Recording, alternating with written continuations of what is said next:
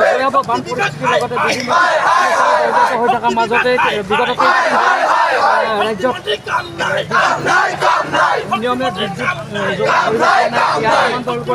বিদ্যুৎ মাচুল আজি এনেদৰে প্ৰতিবাদী কাৰ্যসূচী ৰূপায়ণ কৰিছে শালবাৰী আছুৱে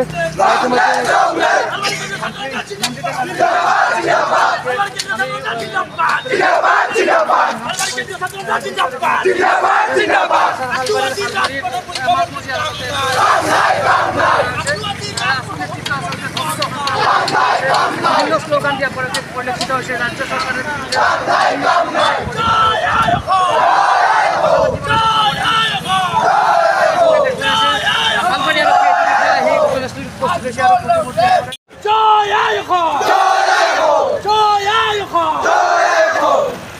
BJP go back! Go back! Go back! BJP go back! Go back! Go back! BJP go back! Go back! Go back!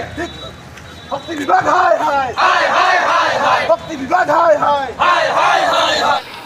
অসমত যিহেতু কয় যে বিদ্যুৎ যোগান ব্যাহত হৈ আছে আমাৰ বিদ্যুৎ বিভাগটোৱে অলপ গুৰুত্ব দিয়াটো ভাল কিয়নো এই গেলা গৰমত অসমৰ জনসাধাৰণে আজি বিদ্যুৎ মাচুল কিন্তু বেছিকৈ দি আছে তাৰ পিছতো কিন্তু এই বিভাগটোৱে আচলতে সময়মতে বিদ্যুৎ যোগান ধৰিব পৰা নাই যাৰ পৰিপ্ৰেক্ষিতত ছাত্ৰ সন্থাই আজি সমগ্ৰ অসমত আন্দোলনৰ কাৰ্যসূচী ৰূপায়ণ কৰিছে আমি শালবাৰী কেন্দ্ৰীয় ছাত্ৰ সন্থা আমি গাঁতি আঞ্চলিক ছাত্ৰ সন্থা আৰু মানা আঞ্চলিক ছাত্ৰ সন্থায়ো শালবাৰীৰ মহকুমা সদৰ মাজমজিয়াত আমি অসমৰ শক্তি বিভাগৰ পুত্তলিকা আদা কাৰ্যসূচী হাতত লৈছোঁ এই কাৰ্যসূচীৰ জৰিয়তে আমি সততে উন্নয়নৰ ফুলজাৰিৰ দমফালি মাৰি ফুৰা এইগৰাকী মুখ্যমন্ত্ৰী এইগৰাকী শক্তিমন্ত্ৰীক আমি শক্তিমন্ত্ৰীৰ ওচৰত আমি দাবী উত্থাপন কৰিছোঁ অতি কমৰ ভিতৰত আমাৰ অসমত বিদ্যুৎ মাচুল হ্ৰাস কৰিব লাগে আৰু আমাৰ অসমৰ জনসাধাৰণক বিদ্যুৎ যোগান ধৰি তেওঁলোকে সকাহ দিব লাগে